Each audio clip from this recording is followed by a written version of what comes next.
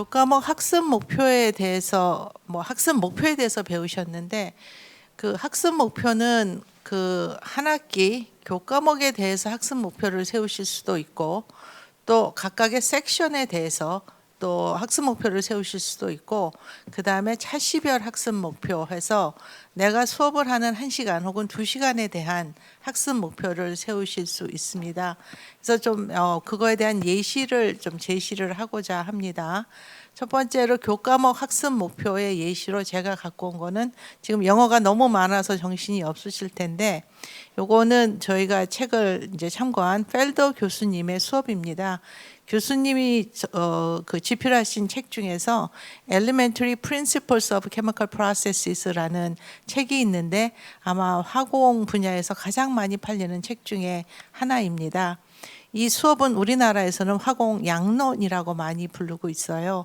그거에 대한 학습 목표를 했는데 교수님은 굉장히 상세하게 하시는데 요거를 살펴보면 이 수업을 3개의 섹션으로 나눠서 베이직 엔지니어링 캘큘레이션 섹션, 그다음에 물질과 에너지 수지라고 하는 그 계산법, 그다음에 물리적 현상에 대해서 다루는 거에 대해서 3개 섹션으로 나눠서 섹션의 학습 목표를 이 교과목 학습 목표로 모아 놓으신 걸 볼 수가 있습니다. 그리고 그 외에도 계산을 위해서는 무엇을 할 수 있어야 하고 또 팀워크의 중요성도 강요하고 계십니다. 그래서 내용보다는 내용도 살펴보시고요. 양론하시는 교수님들께서는 그냥 이렇게 어떤 형식으로 작성이 됐나를 한번 봐주시면 좋겠습니다. 다음에 갖고 온 거는 제가 가르치던 화공전산 2학년 2학기 과목이었고요. 교과목 학습 목표를 한번 갖고 와 봤습니다. 저는 좀 우리한테 익숙하게 교과목 개요를 먼저 쓰고 그 다음에 학습 목표를 조금은 짧은 문장으로 정의를 해봤습니다. 그래서 위에는 전체적으로 왜 이 과목이 필요한가를 했고 과목은 뭐에 관한 것인가, 그 다음에 끝에는 엑셀과 파이썬 등의 도구 사용법도 다룬다라는 내용이 있습니다. 그러면 이런 개요를 가지고 그 학습 목표는 이 과목 수강 후 학생들은 수치 해석적 방법을 선택하고 적용할 수 있다. 또 수치 해석 방법의 기본 원리와 유도 방법을 설명할 수 있다. 그다음에 주어진 데이터를 나타내는 수식을 구할 수 있다. 저희가 인터폴레이션도 다루기 때문에 이런 또 학습 목표를 넣었고요. 주어진 함수나 데이터를 수치 해석적으로 미분, 적분할 수 있다. 공학에서 굉장히 중요한 부분이어서 이 부분도 넣었고, 수치 해석법의 오차를 구하고 오차를 최소화하는 것이 사실은 수치 해석에서 굉장히 중요한 요소이기 때문에 이 부분도 학습 목표에 넣습니다.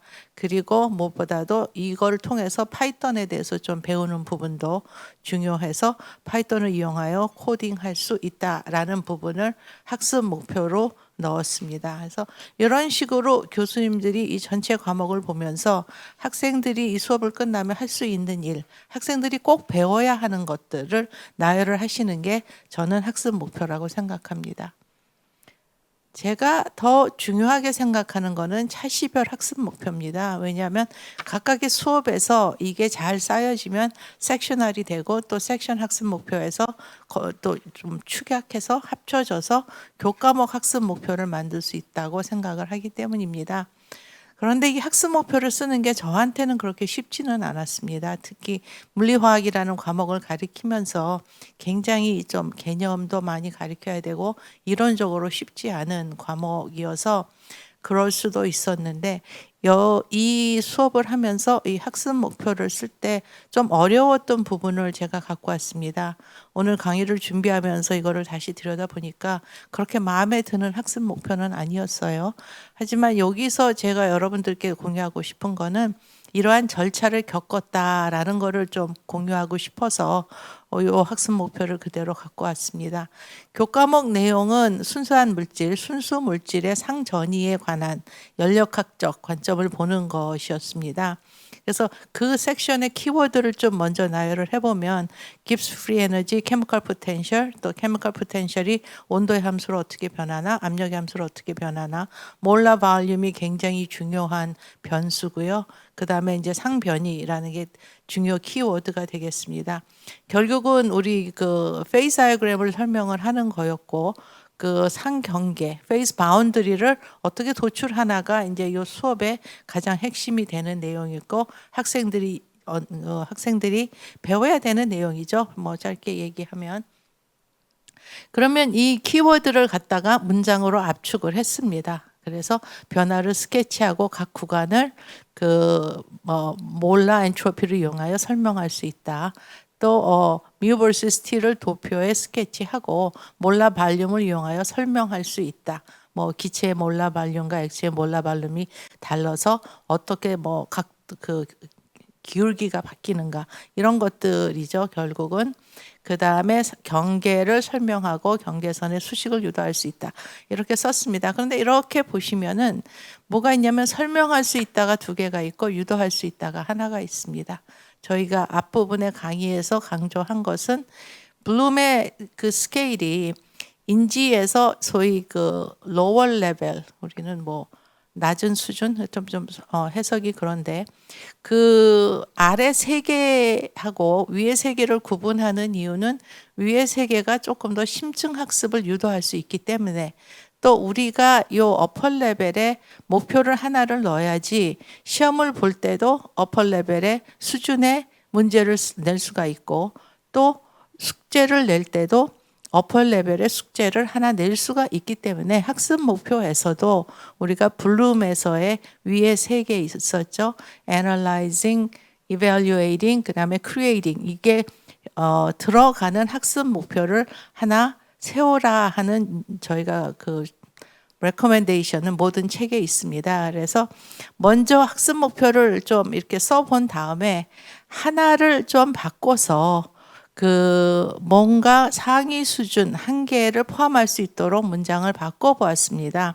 그러면 그걸 그대로 그냥 스케치할 게 아니라 뭔가 학생들이 요즘에 쓰는 도구를 이용을 해서 실제로 어디에 삼중점 근처에 거기는 대부분 직선으로 가정하는 구간이어서 그 구간에서도 피버시티 그 압력과 온도의 상평형도를 작성할 수 있는 엑셀 템플레이트나 혹은 2단계에서 파이썬을 이미 다뤘다면 파이썬 코딩까지도 시험해 보는 과제를 더 얹혀주면 어떨까라는 생각에 학습 목표를 잡아봤습니다.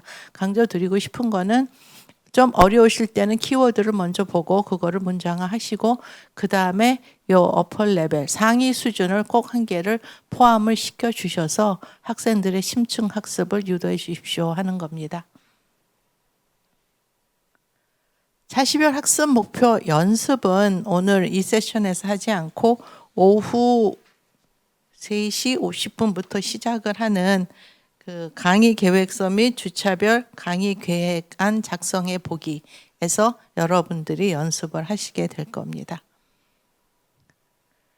자, 학습 목표를 그러면 어떻게 활용을 하는가? 학습 목표의 중요성은 그 소위 수업의 요점과 또 목표를 명확히 제시하고 반복하여 장기 기억에 저장하고 또 필요할 때 인출 가능성이 높게 만들어주는 것이죠. 1시간 수업을 하면서 학생들한테 굉장히 많은 내용을 전달을 합니다.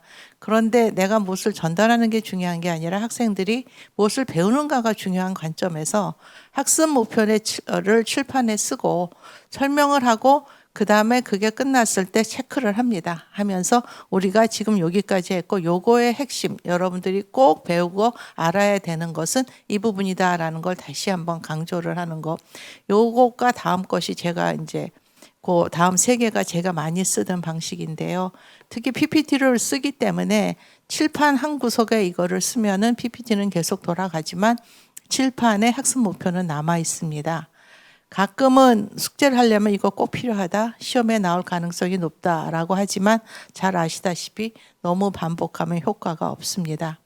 또 제가 마지막에 이 학습 목표를 쓰는 거는 수업 마지막에 내용을 요약을 할 때 다시 학습 목표를 보면서 이것을 이번 수업에 다루었다라고 다시 한번 강조를 합니다. 하지만 더 좋은 방법은 학생들이 스스로 요약을 할 수 있도록 오늘 여러분 강의 노트에 무엇이 있지요? 라고 요청하는 것도 하나의 방법이라고 합니다. 그리고 그 다음에 꼭 해야 될 일은 학습 목표에 맞춰서 숙제를 내고 시험 문제도 학습 목표에 연계해서 출제하는 것이 중요합니다. 자, 그러면 지금까지가 저희가 수업 준비, 그 다음에 학습 목표였습니다. 그러면 이제 여러분들하고 한번 복습을 해보겠습니다.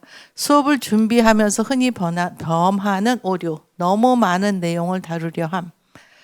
저도 이 실수를 굉장히 많이 했는데요.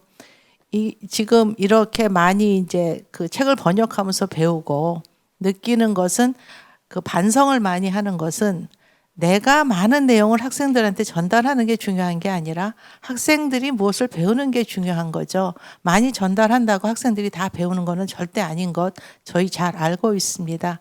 따라서 수업 내용을 학습 목표에 연결해서 꼭 배워야 하는 내용을 강조하고, 알면 좋은 내용은 최소화하고 학생들이 스스로 찾아서 공부하도록 하는 것이 중요합니다. 여기서 중요한 건, 그러면 학습 목표는 뭐다? 다시 얘기하면 꼭 배워야 하고 알아야 하는 것이다 라고 보시면 됩니다. 학생들이 이미 알고 있다고 과대평가함.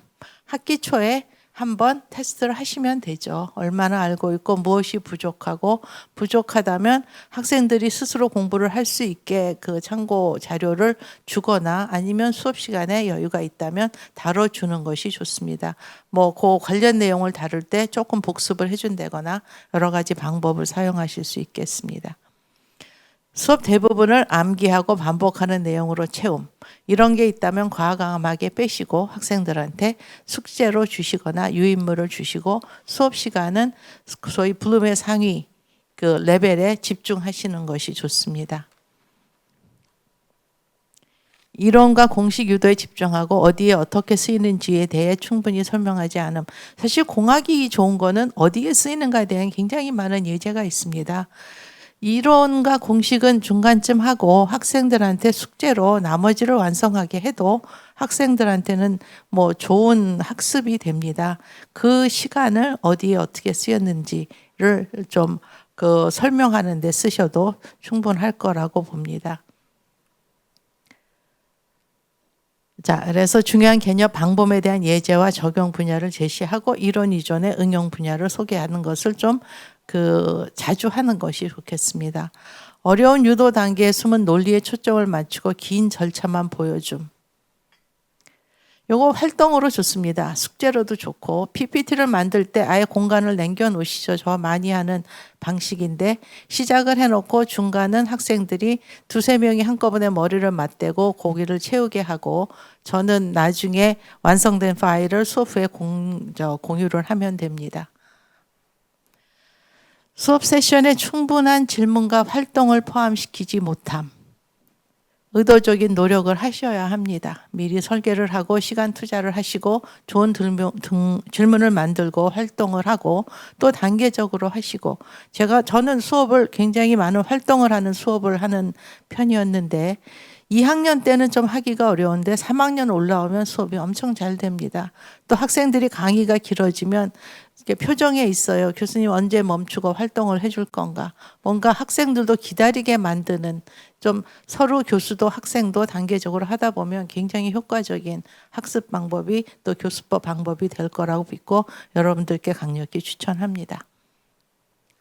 자, 여기까지가 수업이고요. 그러면 이제 짧게 저희가 평가에 대해서 몇 가지를 짚어보면서 이제 나머지 세션을 채워보겠습니다.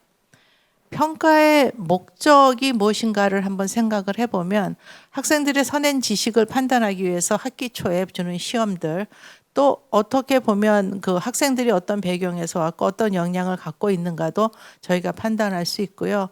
또 과목에 대해서 오해가 있는가도 파악할 수가 있습니다. 학생들의 학습과 교수의 가르침에 대한 피드백에 굉장히 좋은 것이 또 평가입니다. 학생들의 학습을 지속적으로 지원을 하고 또 많은 성취를 이루도록 동기도 부여하면서 학습 목표의 달성을 확인하는 방식이 평가라고 봅니다. 자, 그러면 이 평가는 이제 저희가 이게 좀 어려운 단어고 많은 교수님들이 또 이런 단어를 써라고 하시는 걸 이제 지난번 워크숍에서도 느꼈는데, 형성평가라는 게 있고 총괄평가라는 게 있습니다. 그래도 단어가 좀 어려우셔도 기억을 해두셨다가 다른 교수님들 앞에서 자랑하시기 바랍니다. 형성평가는 주로 학생들의 학습과 교수의 티칭을, 가르침의 질을 향상하는 데 쓰이는 겁니다. 조금 이따 예를 들면 교수님들이 조금 더 이해가 되실 거예요. 총괄평가가 우리가 하는 겁니다. 성적 혹은 합격, 불합격을 결정할 때 사용하는 것. 이것이 학기말고사가 대표적인 예가 되겠습니다. 자, 그러면 요 정의를 가지고 형성평가를 사용을 해주면은 보면은 학생들의 학습을 모니터해서 교수와 학생에게 지속적인 피드백을 제공하기 위해서 하는 설문조사나 혹은 간단한 퀴즈나 뭐 이런 것들이 형성평가가 됩니다. 그러면 장점은 학생들이 무엇을 알고, 강점이죠. 약점, 무엇을 이해 못하는지를 본인도 잘 파악하지 못할 때 좀 깨닫게 해주는 효과가 있고, 또 교수에게는 학생들이 이런 부분을 어려움을 갖고 있구나를 알게 돼서 대처를 하도록 합니다. 일반적으로 저부담, 이 저부담이란 뜻은 소위 성적에는 크게 반영이 되지 않는다라는 겁니다. 가끔은 작은 점수도 줄 수는 있습니다. 대부분의 CAT라고 하는 Class Assessment 테크닉들이 여기에 해당이 됩니다. 인터넷에 들어가서 Classroom Assessment Techniques라고 치면은 상당히 많은 자료가 뜨는 거를 볼 수가 있습니다. 자, 그 중에 하나를 갖다가 저희가 갖고 왔습니다. Climate Survey 해가지고 학생들에게 전체적인 수업에 대해서 알아볼 수도 있고요. 또 Modest Point에서 가장 어려웠던 것이 무엇인가도 알아볼 수도 있습니다. 여러 가지 방법이 있지만 여기서 제가 다룰 거는 빨간색으로 표시된 미니 페이퍼와 Mid-Semester Survey라는 거, 그 다음에 컨셉 테스트를 좀 자세히 설명을 해보겠습니다. 그 1분 쪽지라고 제가 번역을 했습니다. 미닛 페이퍼이기 때문에 시간을 많이 쓰는 게 아니고 1분, 2분 정도를 남기고 개별적으로 혹은 학생들이 좀 짝을 이뤄서, 페어를 이뤄서 두 가지 질문에 답하도록 합니다. 오늘 수업의 요점은 무엇인가? 또 가장 어려웠거나 혼란스러웠고 가장 시급한, 꼭 하고 싶은 질문은 무엇인가? 두 개의 대답을 하게 합니다.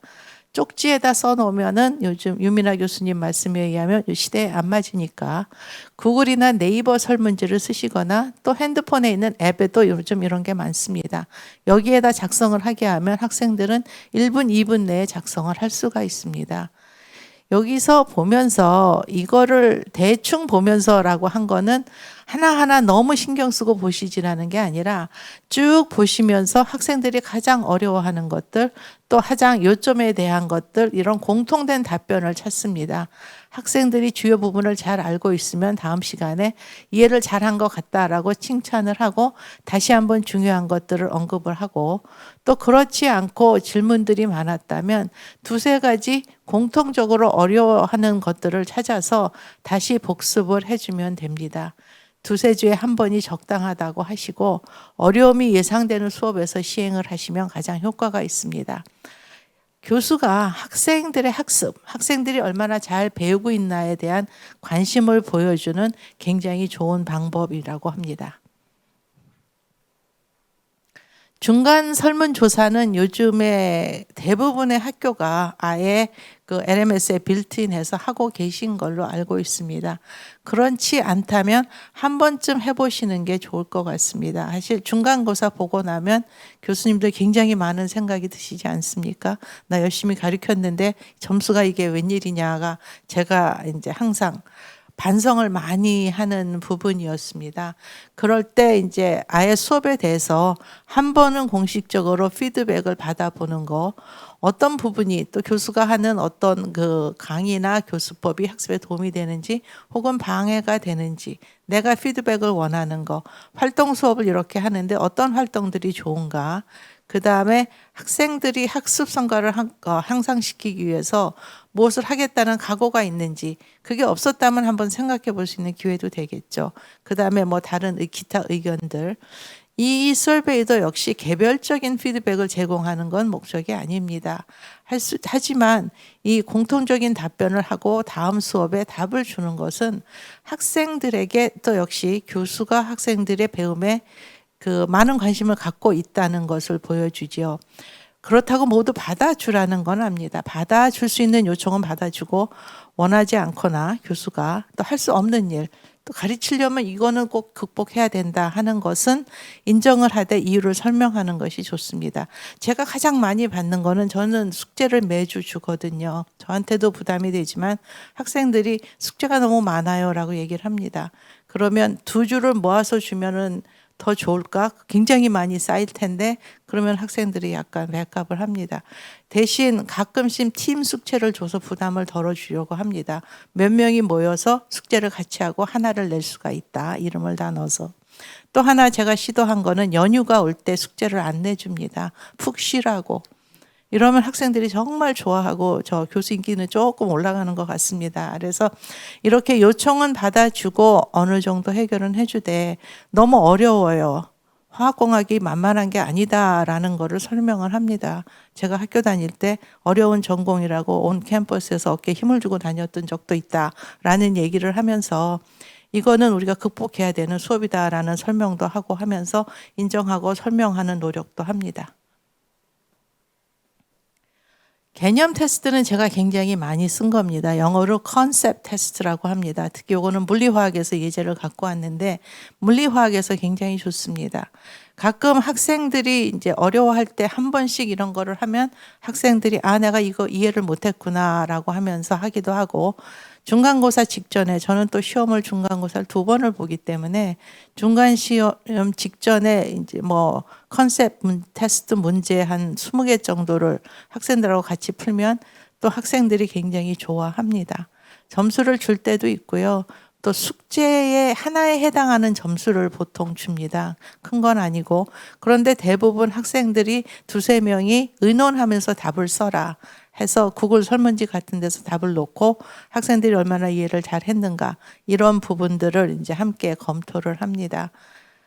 각각의 전공에서 아마 컨셉 테스트, 메카니컬 엔지니어링 이렇게 치면 굉장히 많은 예제가 뜰 겁니다. 화학공학에서는 AICH, 미국의 화학공학회가 이거를 전략적으로 축적을 해서 처음에 제가 이 예제를 갖고 온 거는 유니버시티 오브 콜로라도 보도 캠퍼스에서 갖고 왔는데 요즘에 검색을 해보니까 텁스에 가 있더라고요. 매사추세츠 서머빌에 있는 대학인데 그래서 요런 미국서는 아마 이런 대학들이 과제로 가져가서 관리를 하는 것 같습니다. 꼭 검색을 하셔서 수업에 활용하시기를 제안합니다. 네. 자, 그러면 여기까지가 학생들이 얼마나 잘 배우고 있는가를 보는 형성 평가였다면 총괄 평가는 저희가 학점을 주기 위해서 학생들 엄청나게 예민하지요. 그래서 하는 것들 주로 중간고사. 근데 중간고사는 사실 형성평가의 기능도 큽니다. 기말고사는 형성으로 보면 다음 학기에 대한 또 제안을 주죠. 보고서, 프로젝트, 숙제, 과제 이런 것들이 여기에 포함이 됩니다. 이 성공적인 총괄 평가를 위한 설계 질문, 이제 브라운 앤 그린이라는 2분의 학자가 주신 거는 이 교수님들이 이러한 질문을 머릿속에 놓고서 총괄 평가를 설계하십시오 하는 겁니다. 평가의 목적은 무엇이건 누가 평가를 요구하는가, 학생이, 학교가 혹은 기업체가 어떤 유형의 평가가 필요한가, 여기서 필요하신 형성평가도 고르고 또 총괄평가도 설계하실 수 있지요. 언제 하는 게 중요한가, 이 평가에서 어떤 질문을 해야 되는가, 어떤 유형의 데이터가 수집이 돼야 되는가.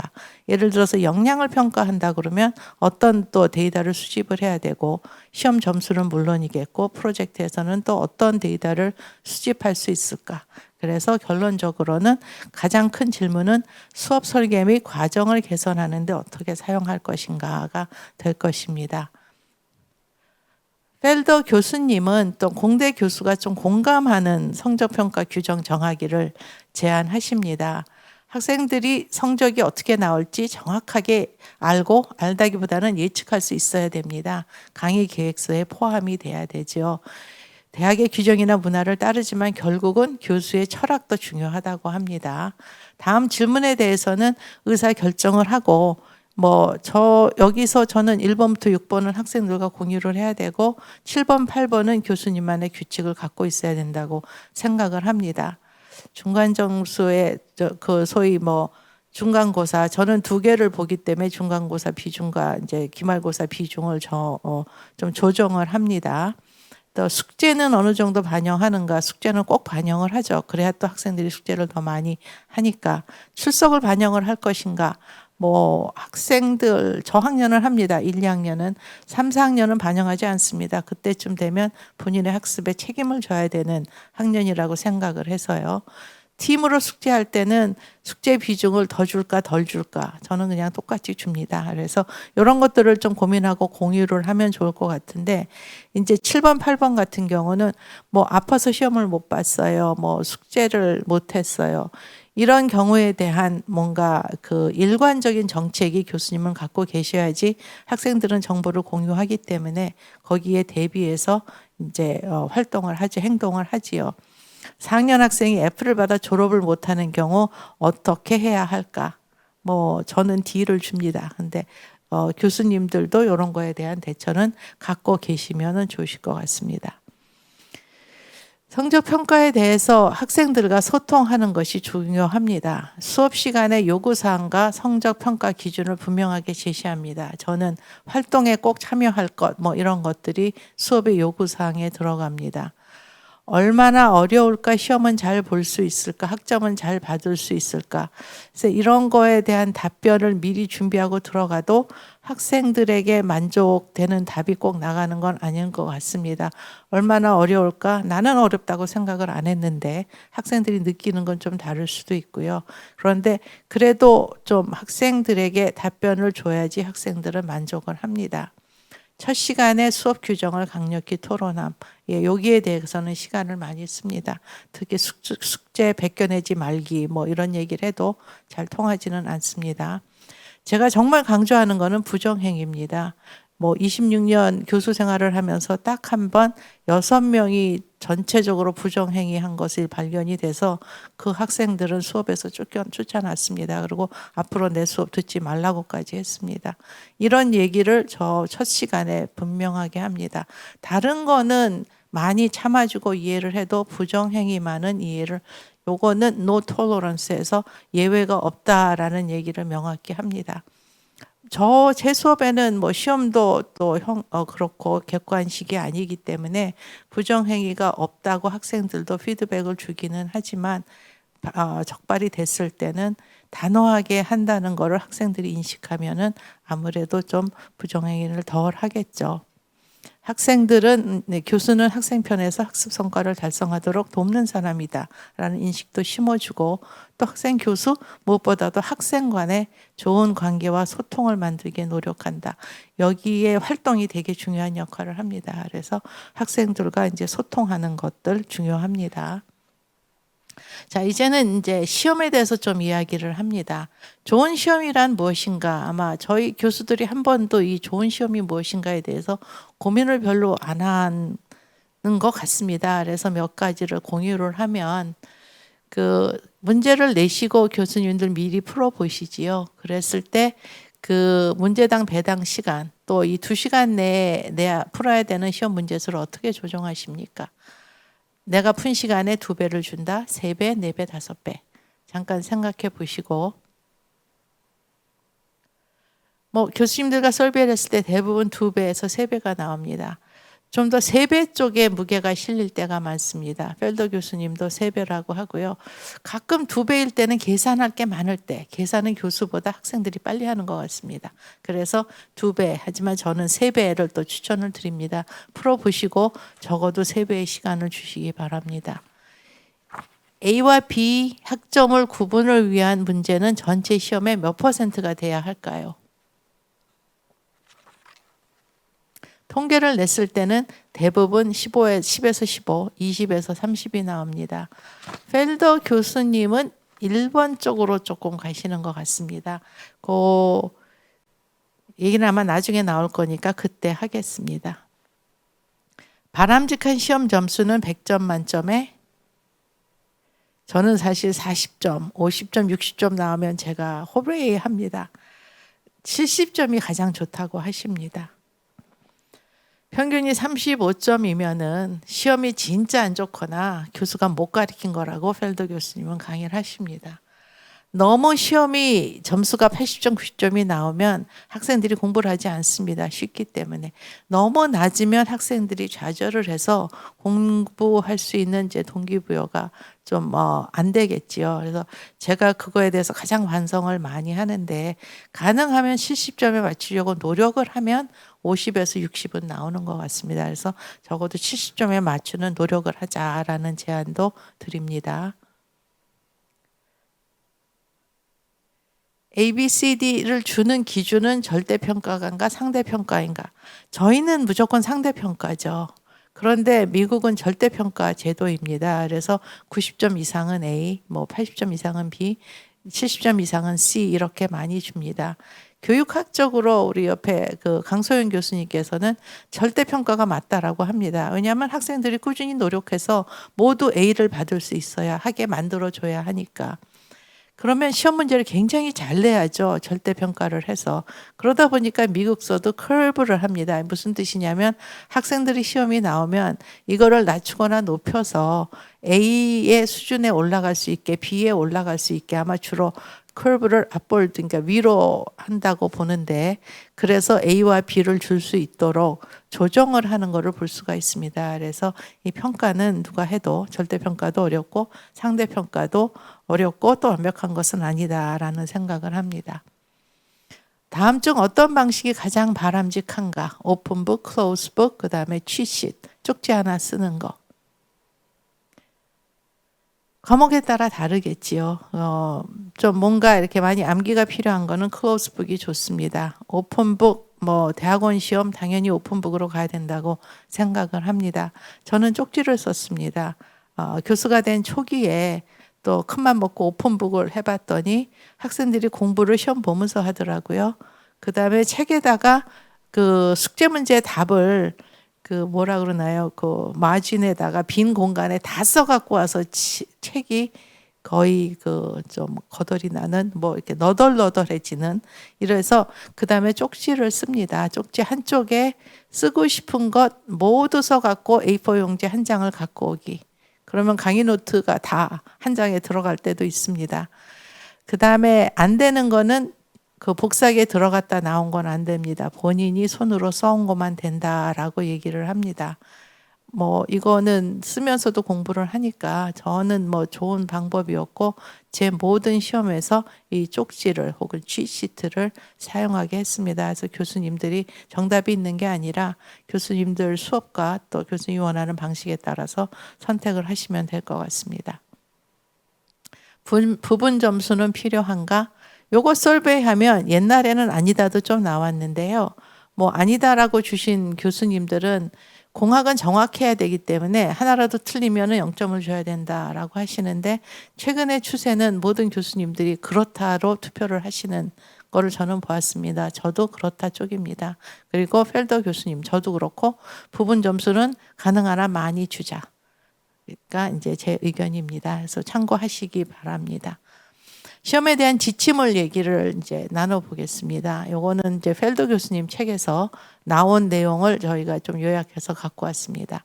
학습 목표로 수업 과제 및 시험을 디자인하도록 함. 이게 학습 목표의 중요성이죠. 학생들이 꼭 배워야 되는 내용이 학습 목표이기 때문에 수업에 반영될 뿐만 아니라 숙제, 시험에도 반영이 되어야 합니다. 가르치는 수준에서만 시험을 보자. 학습 목표는 전부 다 그 하위 수준의 3개였는데 시험은 모두 상위 수준의 분석과 뭐 평가와 또 창의성을 요구하는 시험 문제를 내면 안 되겠지요. 그래서 가르치는 수준, 그러다 보니까 학습 목표에 꼭 상위 수준 하나를 넣는 것이 중요합니다. 시험 1, 2주 전에 스터디 가이드를 줘라. 요거는 학습 목표를 모아서 주면 됩니다. 그 다음에 중요한 것, 문제를 푸는 속도가 시험 성적에 미치는 영향을 최소화한다. 즉 시간이 변수가 되지 않다.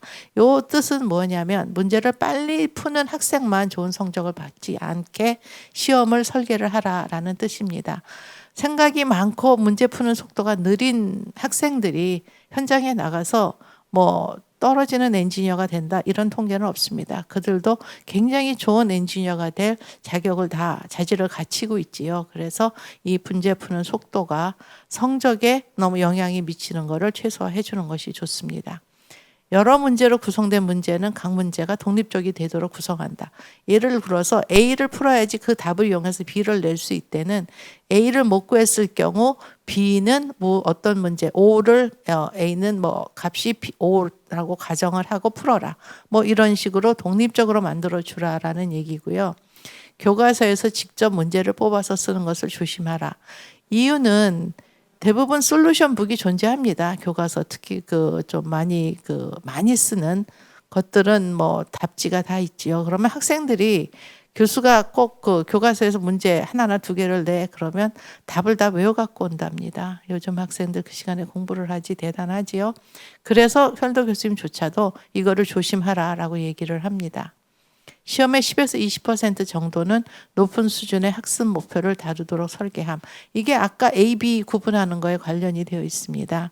시험의 10, 20%는 높은 수준의 학습 목표를 다뤄야지 차별화가 되는데 적어도 10%는 있어야 되고 20%가 넘으면 별로 실효성이 없다라고 얘기를 하십니다. 이 통계는 제가 어디서 나왔는지는 밝히지 않으시는데 그렇게 말씀하시는 거를 참고를 하길 바랍니다.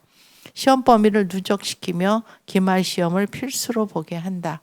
저는 그렇게 하고 있거든요. 그래서 어떤 과목은 사실 누적시킬 필요가 없죠. 어차피 그걸 알아야 다음 부분을 알기 때문에 그래서 이것도 참고하시기 바랍니다.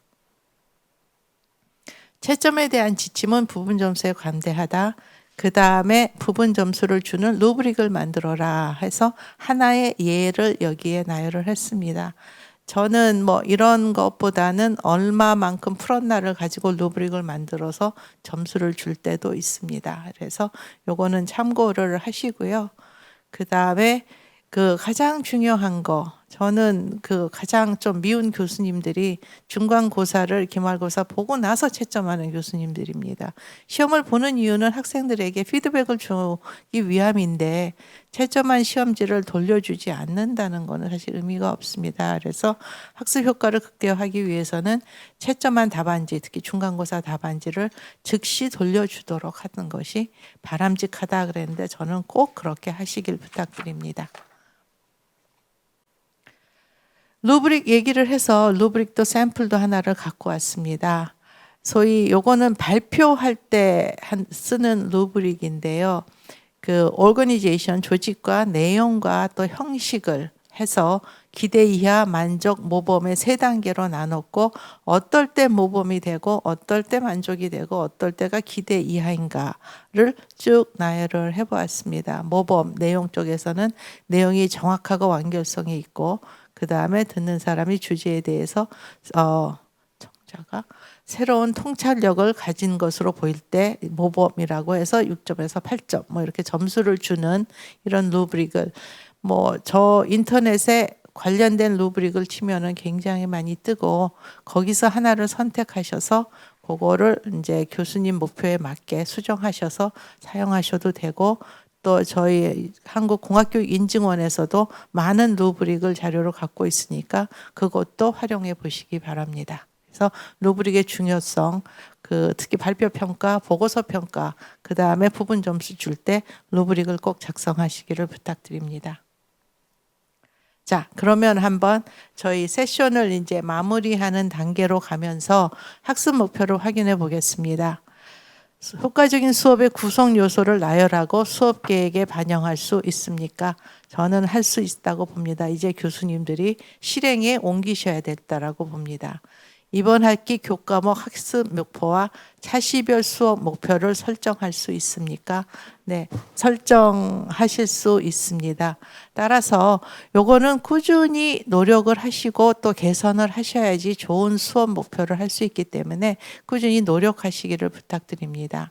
블룸의 텍사노미 수준을 이해하고 구별할 수 있습니까? 학습 목표를 세우신 다음에는 텍사노미의 수준을 체크를 하시고 꼭 상위 레벨 하나를 넣어주시기 또 부탁을 드리겠습니다. 수업에서의 강의와 활동을 수업 목표에 맞추어 구성하실 수 있습니다. 저는 여기서도 분명히 지금 하실 수 있는 모든 기초는 저희가 드렸고요. 이제 실행을 하시면서 교수님들이 익숙해 주시고 또 활용을 하시고 더 발전시키시는 게 중요할 것 같습니다. 아까 강소영 교수님께서 말씀하신 대로 활동을 하나하나 또 쉬운 걸로 시작을 하셔서 그 다음에 좀 늘려가시는 것을 추천드립니다. 학생들의 학습을 평가하고 촉진할 수 있는 다양한 평가 방법을 활용할 수 있습니까? 충분히 하실 수 있는 모든 자료를 드렸고 하실 수 있다고 생각합니다. 이 부분도 역시 작은 거 하나에서 시작을 하셔서 다양한 방식을 시도해 보시기 바랍니다. 학습 목표에 맞춰서 학습 평가하고 촉진할 수 있는 시험을 설계하실 수 있습니까? 학습 목표를 항상 머리에 두시고 시험을 설계하시고 또 저희가 드린 팁들도 참고하셔서 좋은 시험을 설계하실 수 있다고 믿고 또 꼭 시도해 보시길 바랍니다. 네, 이것으로 저희가 수업 설계 관련하여 이것은 꼭 해보고 싶다도 하나 적어 보시고 오후 세션에서 활용을 해 보시면 좋을 것 같습니다. 이것으로 저희 세션을 마무리하겠습니다. 감사합니다.